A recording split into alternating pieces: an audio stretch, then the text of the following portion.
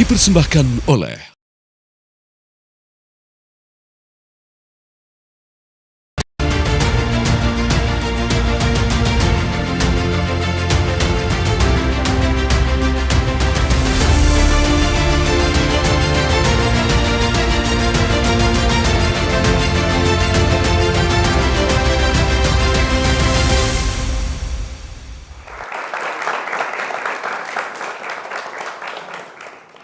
Selamat malam, Anda menyaksikan Catatan Demokrasi. Pemirsa, pondok pesantren harusnya dijadikan tempat untuk menimba ilmu agama secara kafah, secara menyeluruh. Bukan hanya formal tapi juga non-formal. Tapi ponpes yang satu ini menebar kontroversial. Mulai dari memperkenalkan salam Yahudi. Kemudian ada syaf sholat antara perempuan dan juga laki-laki digabung saat sholat Idul Fitri. Bahkan yang terbaru ada ungkapan kalau Anda berbuat zina dan membayar tembusan berupa uang atau barang, dosa zina Anda akan otomatis terhapus. Pondok Pesantren Al Zaitun malam hari ini akan kami bahas. Betul, belum lagi kemudian statement dari pimpinan Al Zaitun, Panji Gumilang menyatakan meragukan Al-Quran ini yang kemudian membuat geram seluruh umat muslim di Indonesia. Kita akan bahas mengapa kemudian Pondok Pesantren Al Zaitun nampak tidak terjamah dan juga eksklusif. Ada apa di balik Pondok Pesantren Al Zaitun dan juga sang pimpinan. Kita akan hadirkan sejumlah narasumber malam hari ini. Dan sebelumnya kami perkenalkan juga ada seluruh mahasiswa dari Fakultas Hukum Universitas Trisakti Jakarta. Nanti kita akan libatkan teman-teman mahasiswa untuk bertanya langsung kepada narasumber kami. Kami juga yakin teman-teman mahasiswa di sini mengikuti isu akan Pondok Pesantren Al Zaitun yang mungkin bisa dibilang 1 bulan ini memantik reaksi dari seluruh pihak. Langsung saja ya. Langsung saja kita perkenalkan narasumber kami sudah hadir di studio Catatan Demokrasi. Ada Pak Ken Setiawan, pendiri NII Crisis Center. Selamat malam, Assalamualaikum. Silakan. Selamat malam, Assalamualaikum. Waalaikumsalam warahmatullahi wabarakatuh. Dan juga ada Muhammad Naji Aromadloni, pemerhati pesantren. Selamat malam. Selamat malam, Assalamualaikum. Waalaikumsalam warahmatullahi wabarakatuh. Assalamualaikum juga ada Bang Muhammad Iksan, alumni Ponpes Al Zaitun. Selamat malam, Assalamualaikum warahmatullahi wabarakatuh. Waalaikumsalam warahmatullahi wabarakatuh. Kami juga menghadirkan Pak Kiai Asroruniam Soleh, Ketua Majelis Ulama Indonesia bidang fatwa. Assalamualaikum Pak Kiai. Waalaikumsalam warahmatullahi wabarakatuh. Gimana kabar Mas Andro? Alhamdulillah sehat Pak Kiai. Kemudian ada pendiri Yayasan Pesantren Indonesia, Bapak Imam Suprianto yang tadi request ingin dipanggil Mbah Imam. Assalamualaikum Mbah Imam. Selamat malam Mbah Imam. Selamat malam, Assalamualaikum warahmatullahi wabarakatuh. Waalaikumsalam warahmatullahi wabarakatuh. Kami juga menghadirkan ada Bang Mustafa Narawardaya, founder Indonesian Crime Analyst Forum, yang juga pegiat media sosial aktif sekali. Waalaikumsalam. Kami nanti juga akan menghadirkan Wakil Gubernur Jawa Barat, Uruzanul Ulum, yang kabarnya memang antara Pemprov kemudian Majelis Ulama Indonesia sedang membentuk tim investigasi untuk menindak dan juga mengusut tuntas Ponpes Al Zaitun. Kita langsung ke Mas Ken. Mas Ken ini, Assalamualaikum, kita sapa terlebih dulu Pak Wagub, mohon maaf. Oh sudah hadir, selamat malam Pak Wagub, Assalamualaikum. Waalaikumsalam warahmatullahi wabarakatuh. Baik, Baik. terima kasih. Coba gambarnya ditampilkan di belakang kami, coba.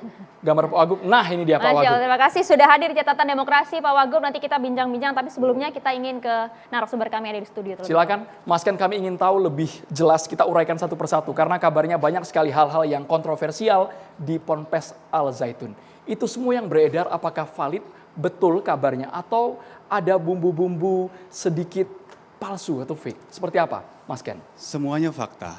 Namun perlu kita ketahui, kalau kita bicara Panji Gumilang dan Al Zaitun, ketika bicara kurikulum nggak ada persoalan, pakai Kemenak. Tapi di sana itu ada namanya 2 struktur.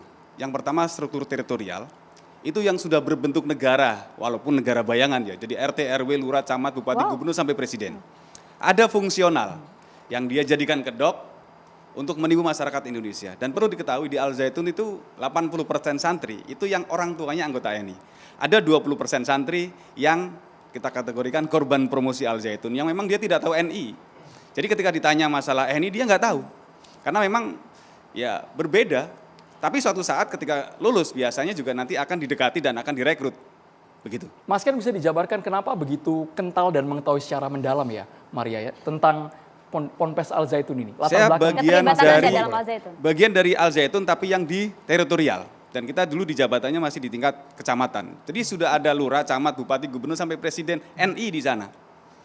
Presidennya pada saat itu? Presiden NI sama dengan pimpinan Al Zaitun yaitu Panji Gumilang. Dan ini sudah dijelaskan juga dalam MUI yang tahun 2002 oleh Kementerian Agama juga, bahkan 2 kali penelitiannya, ada 3 hubungan masalah kepemimpinan, pendanaan, dan historis. Bahwa pimpinan NI dan pimpinan Al Zaitun ya sama. Namun sayangnya sampai sekarang hasil penelitian itu belum dipublish secara umum sehingga tidak bisa menjadi landasan aparat untuk menindaklanjuti. Kami berharap dulu ada fatwa sebenarnya. Ketika ini kan menurut saya dari 10 kriteria aliran sesat yang di MUI, menurut saya sudah masuk.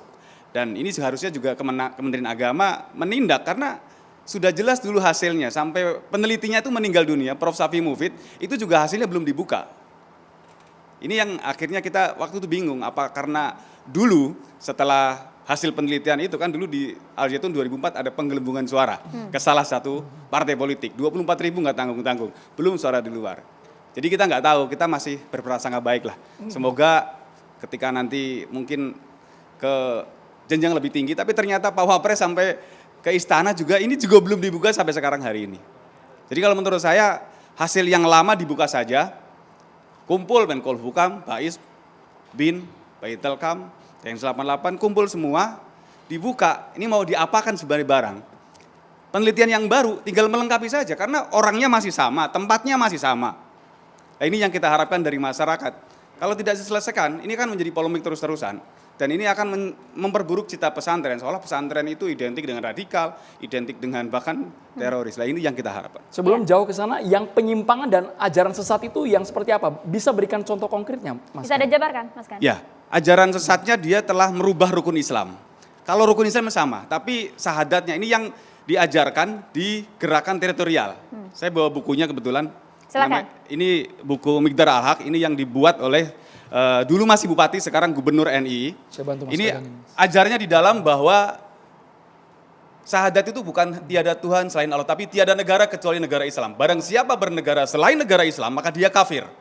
Mereka menganggap Indonesia hukumnya masih jahiliyah, Pancasila, peninggalan KUHP, peninggalan penjajah Belanda. Ini harus diganti dengan negara Islam. Dan wa asyhadu anna Muhammad Rasulullah, dan siapa saja yang menyampaikan risalah agama, karena Rasul berasal dari kata risalah, layak disebut sebagai orang nabi. Jadi dulu kami meyakini Panji Gumilang dulu ada nabi baru setelah Nabi Muhammad. Yang kedua sholat. Sholat itu menganggap bahwa hari ini ya kondisi Mekah, kondisi jahiliyah karena Indonesia belum tegak hukum Islam, maka sholat belum diwajibkan. Ini bukan dilarang ya, tapi belum diwajibkan. Sholat suka-suka dia ketika ada tamu, ketika ada event tertentu. Makanya karena mereka dididik menjadi negarawan, sholatnya mereka dilarang pakai sarung, sholat pakai celana, pakai jas, pakai dasi, karena mereka dididik menjadi seorang negarawan, calon-calon pemimpin negara. Zakatnya juga dirubah, tidak pakai mereka pakai satu gantang kurma, tidak pakai liter beras. Puasanya juga bukan puasa Ramadan, puasa diartikan bahwa ingin menahan dari negara Islam menang. Jadi mereka harus totalitas, memberikan semua yang dimiliki untuk perjuangan. Dan yang terakhir ibadah hajinya. Ibadah haji menurut NI itu nggak perlu ke Mekah. Ibadah haji cukup datang ke Al Zaitun setiap tahun sekali pada 1 Muharram, diartikan sebagai perkumpulan para pejabat. Dan itu seluruh korwil, bahasa mereka dulu kita ke sana korwil, itu datang. Melakukan ritual haji juga di sana. Jadi kalau 1 Muharram datang ke Al Zaitun pasti rame. Apalagi pada saat itu ketika saya di dalam itu sekitar 250.000 jamaah pada saat itu dan hadir semua. Masing-masing korwil semuanya juga melakukan ritual ibadah haji. Keliling tawaf misalnya. Kita bukan keliling Ka'bah, tapi keliling pesantren yang luasnya 1.200 hektar. Melihat bahwa kita bertakbir, Allahu Akbar. Inilah Islam, ini besar, mewah, megah, lengkap fasilitasnya. Jadi tawaf itu mengakbarkan Al Zaitun dengan segala lengkap fasilitas. Dan saya rasa orang yang datang ke sana berucap subhanallah, itu besar sekali, luas sekali. Ada juga istilah melempar jumroh. Kalau di Mekah kan menggunakan kerikil. Kalau di Al Zaitun kita sedang membangun gedung. Kalau pakai kerikil gak kelar-kelar. Jadi setiap orang yang datang ke sana dari rombongan wilayah mana, nanti di akhir session sambutan Syekh Panji Gumilang, kalau saya menyebutnya sekton bukan seng sebenarnya. Ini ada ritual melempar jumroh, misalnya dari Jakarta misalnya, ada 1 miliar. Ini melempar jumrohnya tidak pakai kerikil, tapi dulu minimal dengan 7 sak semen. Wow. Dalam bentuk duit. Jadi ini sebenarnya kalau dalam segi penodaan agama ini sudah masuk, apalagi kemarin frontal. Ada mazhab Bung Karno, ada sholatnya pakai macam-macam. Jadi kalau bicara ini kurikulum Kemenak itu nggak pernah ngajarin seperti itu. Demikian. Karena ada 2 kurikulum yang diajarkan berbeda di sana begitu ya. Pada saat itu berapa jumlah jamaahnya? Tahun itu kurang lebih 250.000 jamaah. Dan mereka seperti multi level marketing. 1 ngerekrut 5, 5 ngerekrut 10. Pemikiran yang ada di kita, ini negara Islam segera bangkit, kita harus ngerekrut orang sebanyak-banyaknya. menggalang dana sebanyak-banyaknya. Dulu Jakarta saja kurang lebih 14 miliar untuk store di situ. Mas Ken, anehnya 250 ribu jemaah ini kok bisa semuanya patuh, semuanya tidak ada yang memberontak bahwa ini sudah keluar dari landasan, tidak sesuai dengan Al-Quran dan Hadis. Kok mereka mau aja mengikuti semua ajaran di Ponpes Al Zaitun ini, Mas? Kita kan diajaran bahwa pimpinan itu adalah wakil Allah di muka bumi. Khalifah fil ard. Pimpinan adalah ulil amri Rasul. Rasul itu Allah. Pimpinan adalah wakil Allah di muka bumi. Kita nggak boleh bertanya atau menolak. Samina wa ta'na, saya mendengar dan saya taat. Saya dulu ketika masih baru pun bertanya, Pak, ini kan sebuah negara, berarti punya presiden. Siapa presiden saya? Saya dimarahin.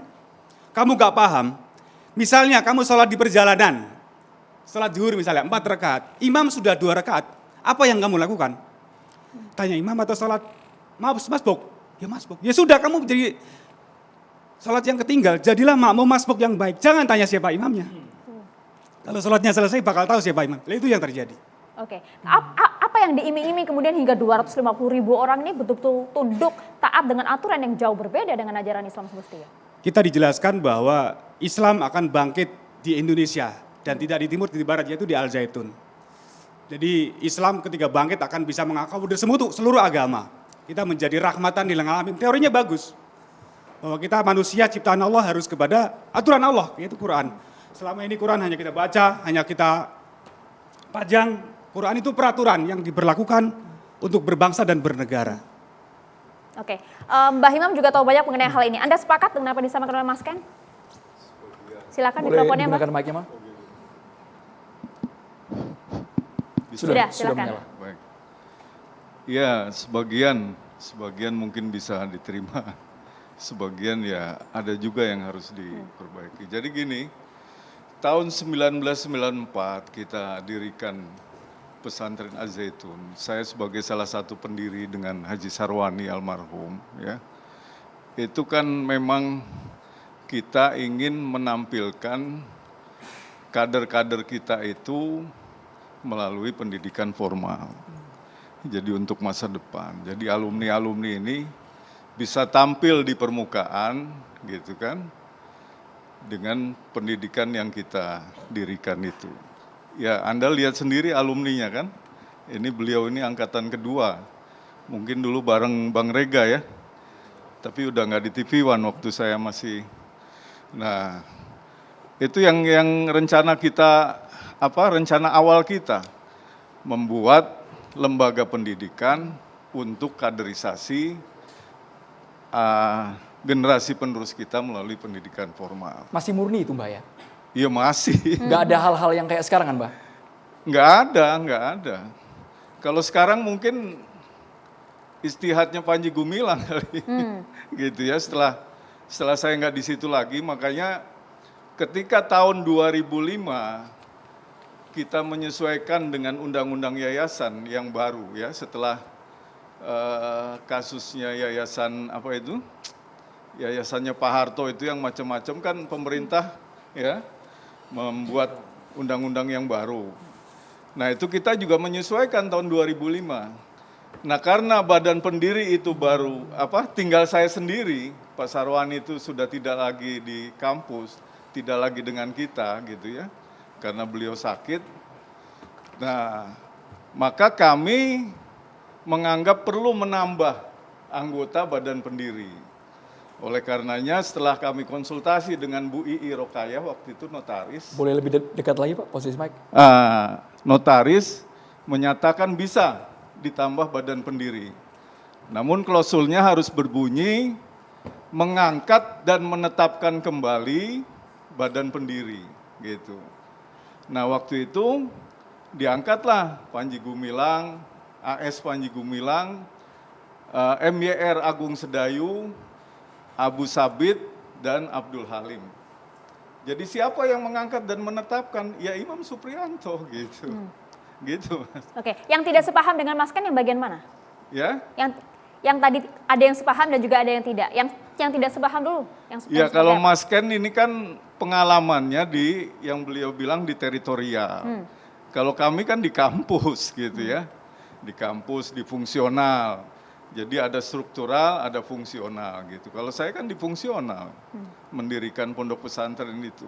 Tapi kan statement mana yang juga. Anda tidak sepakat, Mbak Imam? Ya, kalau dibilang tidak sepakat, sebetulnya mungkin pengembangan Mas Ken sendiri gitu ya. Yang bagian mana tuh? Iya, artinya masalah apa namanya? Tadi masalah harokah kurban, masalah apa itu ya? Naik Ibadah haji dan lain-lain. Iya. Itu iya. tidak ada menurut Anda? Ya, nggak ada, ajaran itu nggak ada. Awalnya ya, memang nggak ada. Memang nggak ada. Maksud kami seperti ini, Mbak Imam. Iya. Mbak Imam dan juga rekan-rekan kan sebagai founder pondok pesantren. Iya, Tiba-tiba masuklah nama Panji Gumilang iya. yang saat ini bisa dibilang paling dikultuskan di Ponpes Iya, Al Zaitun. Ajaran Anda yang lama sudah tergeser, kemudian masuklah Panji Gumilang dan dianggap dalam tanda kutip kesuksesan besar pondok pesantren Al Zaitun ketika Panji Gumilang masuk. Saat ini. Iya. Pak Imam. Karena Panji Gumilang ini kan basicnya pesantren. Beliau itu kan alumni Gontor. Kita pikir dengan kita tetapkan di jajaran badan pendiri dan beliau kemudian kita angkat sebagai ketua badan pembina, itu yang kita harapkan untuk membawa kemajuan gitu kan. Karena ya bidang dia kan di pesantren gitu. Gitu. Tapi kalau dengan ajaran yang sekarang apakah bisa dianggap menyimpang? Beda banget kan dengan lulusan Gontor dan sekarang? Ya, Mbak kalau Imam. sekarang ini kan saya sendiri sebagai badan pendiri kan melihat bahwa terutama dalam pengelolaan dana, ini saya mendapatkan laporan itu banyak tunggakan-tunggakan di bank gitu, di Mandiri dan sebagainya itu. Jadi kelihatan dia ini lagi kesulitan finansial. Nah, yang diharapkan itu, yang bisa menyopot itu Israel. Negara Israel kan terakhir kita ikuti perkembangannya kan seperti itu. Bukankah saat ini justru yang beredar dana yang melimpah berada di Al Zaitun, bahkan kemudian juga melempar jumlahnya menggunakan semen dan penggalangan dana besar-besar dari ratusan ribu jamaah ya begitu Pak Imam? Ya nggak ada, itu hanya sedikit sekali, nggak signifikan dibandingkan uang yang dipakai. Jadi gini, setelah saya dari 2005, kemudian saya tahun 2010 itu direkayasa, diadakanlah rapat badan pembina. Seolah-olah saya hadir di situ, seolah-olah saya menyatakan pengunduran diri. Dan tanda tangan saya dipalsukan.